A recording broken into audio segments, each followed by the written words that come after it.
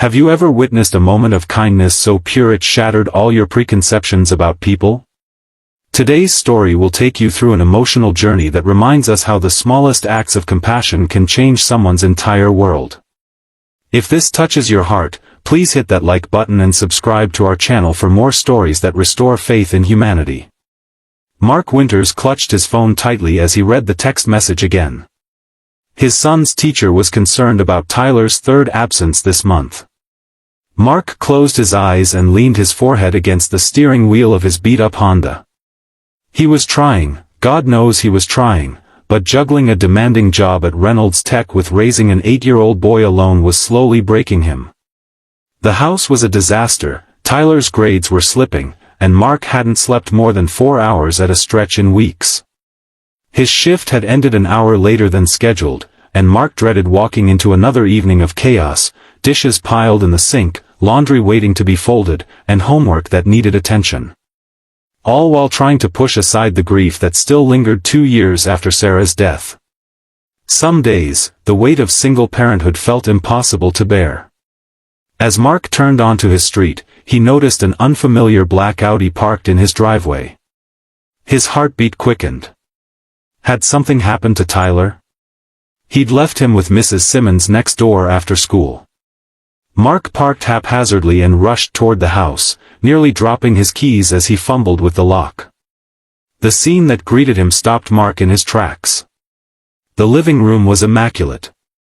The pile of unfolded laundry that had been growing on the couch for days was gone. The coffee table gleamed, free of the scattered toys and half-empty cups that usually adorned it. But what truly froze him in place was the sight of Alexandra Hayes, CEO of Reynolds Tech and his direct boss, on her hands and knees scrubbing his kitchen floor. "Ms. Hayes?"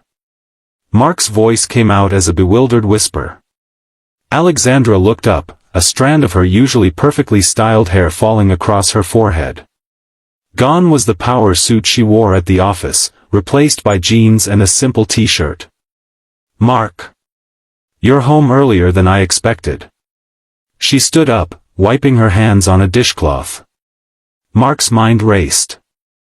Alexandra Hayes was worth millions. She ran a company with over 500 employees. She had been featured in Fortune magazine just last month. And here she was, cleaning his modest 3-bedroom home in the unfashionable part of town.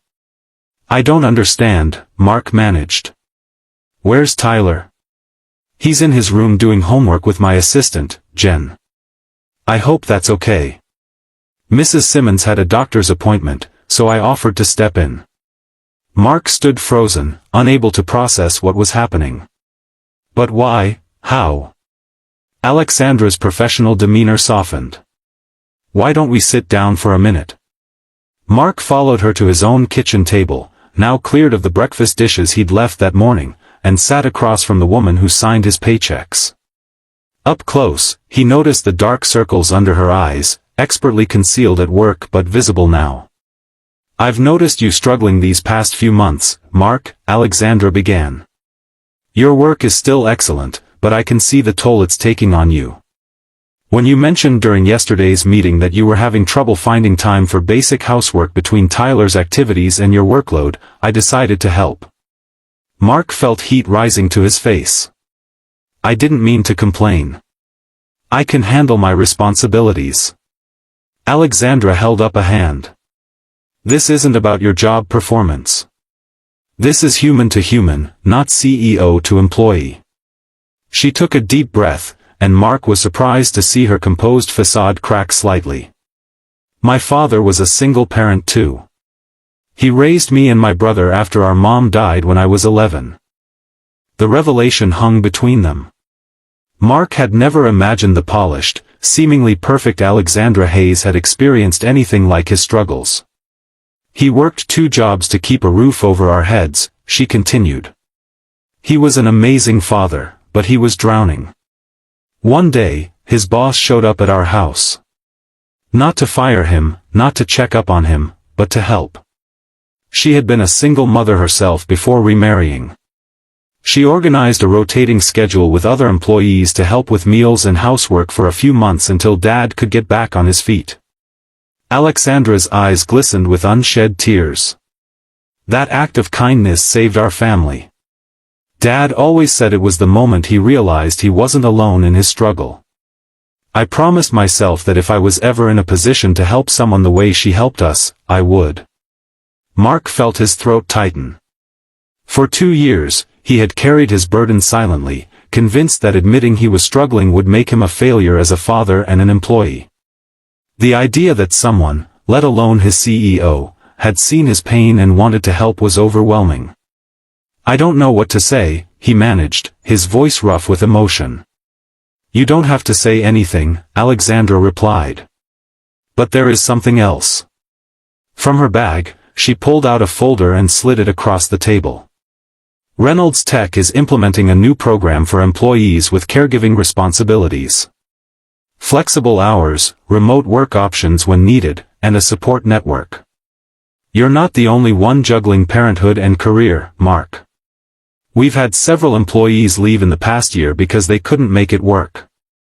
I can't afford to lose talented people because our workplace doesn't accommodate real life.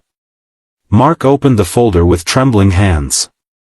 The program outlined exactly what he needed: the ability to adjust his hours around Tyler's school schedule, work from home when Tyler was sick, and connect with other single parents at the company.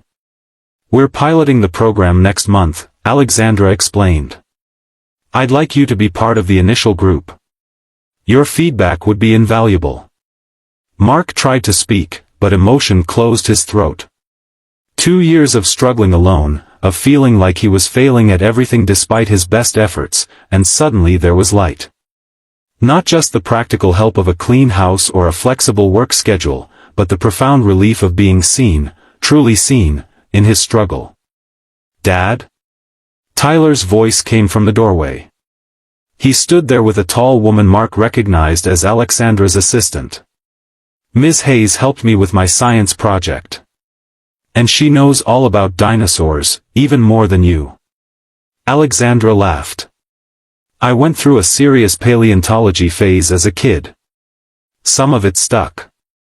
Tyler bounded over, his earlier sullenness replaced with animation. "Can she come over again? Please?" Mark looked at his son, really looked at him, and realized how much the weight of his own stress had been affecting Tyler. The boy seemed lighter somehow, as if the ordered environment and adult attention had lifted a burden from his small shoulders too. "We should let Ms. Hayes get home, buddy. She's done more than enough today." Alexandra stood. "Actually, there's one more thing. Jen picked up groceries, and we've prepared a week's worth of meals.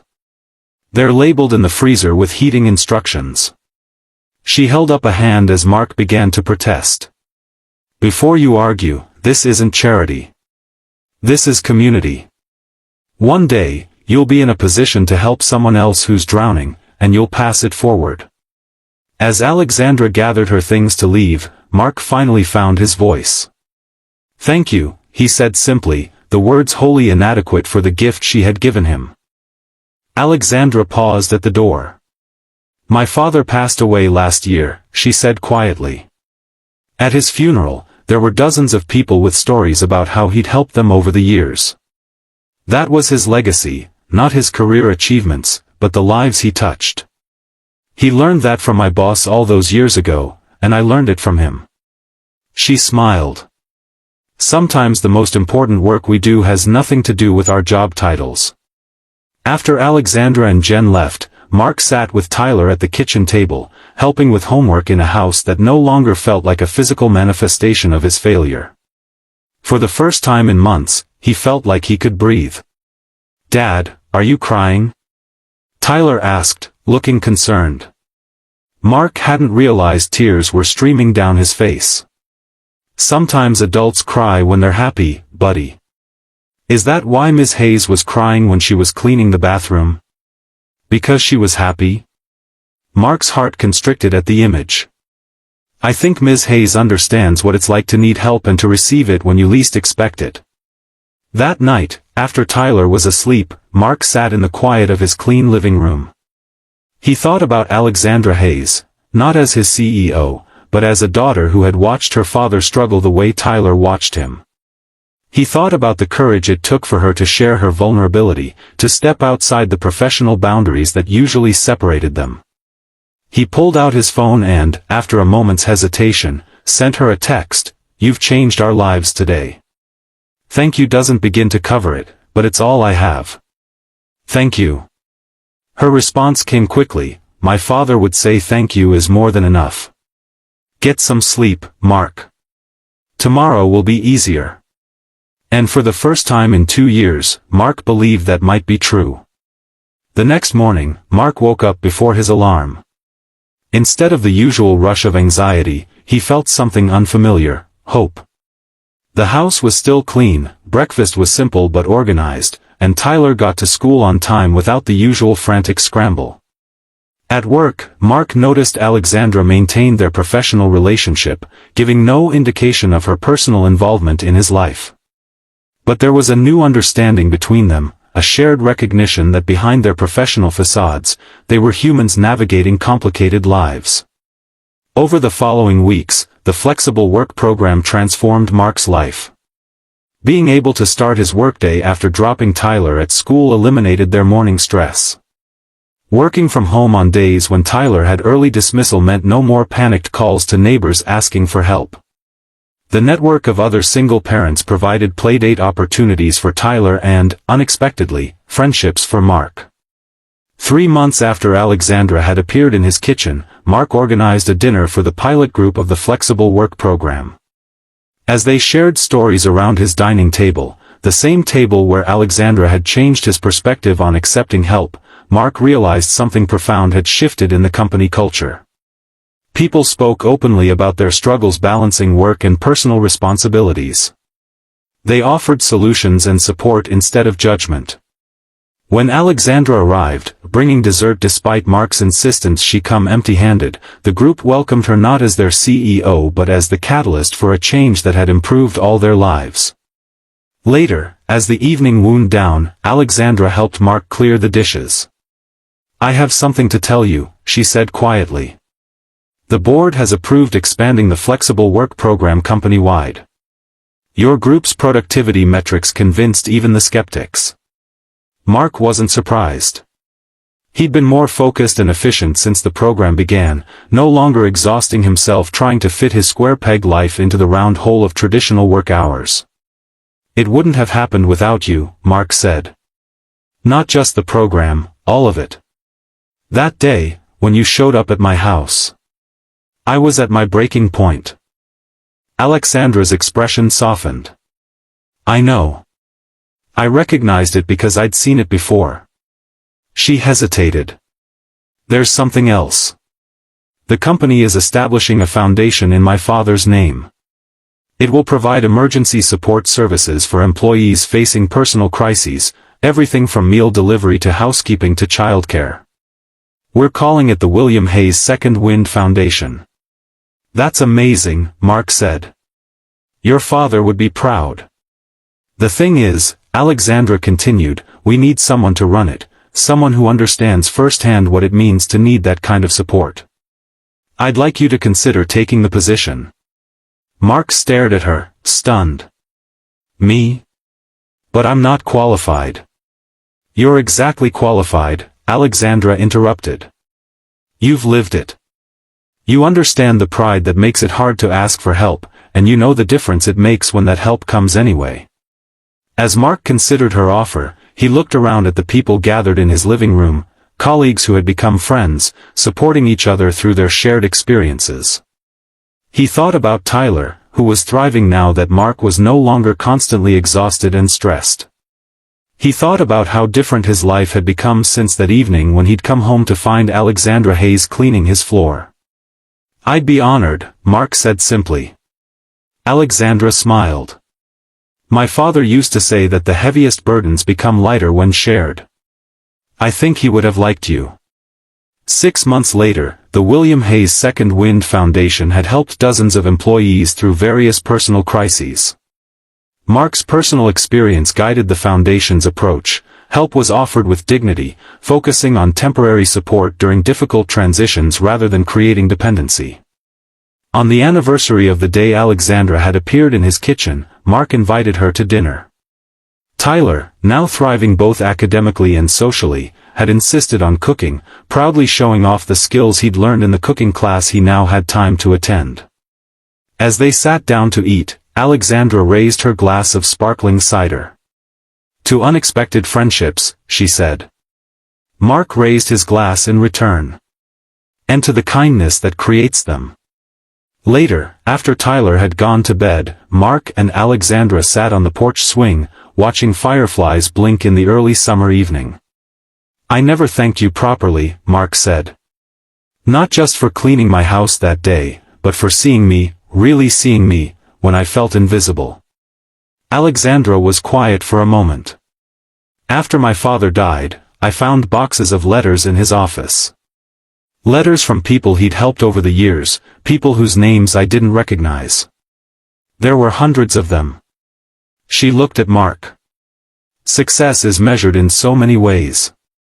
My father understood what truly matters. The lives we touch," Mark murmured. "Exactly." She smiled. "The company will forget quarterly profit margins long before they forget how we made them feel during their darkest moments." As Alexandra left that evening, Mark felt a sense of peace he hadn't known was possible. The grief of losing Sarah would always be part of him, but it no longer defined his every moment. The exhaustion of single parenthood remained a challenge, but no longer a crushing one. And his work, his new work, filled him with purpose. Mark thought about the countless single parents out there, struggling alone the way he had. He couldn't help them all, but thanks to Alexandra's example, he could create ripples of change that might eventually reach them. Each person who received help from the foundation was encouraged to find ways, when they could, to help others in turn. Kindness, Mark had learned, was the ultimate renewable resource. It multiplied when shared and sustained those who needed it most. And sometimes, it appeared in the most unexpected forms, like a CEO on her hands and knees, scrubbing a floor, showing a broken man that he wasn't alone after all. That night, as Mark drifted off to sleep in a house that now felt like a home again, he thought about how a single act of compassion had not only changed his life but would continue changing others through the foundation. The weight of kindness, unlike the weight of sorrow, lifted those who carried it. And somewhere, Mark liked to think, Alexandra's father was smiling. If this story touched your heart, please take a moment to like this video and subscribe to our channel.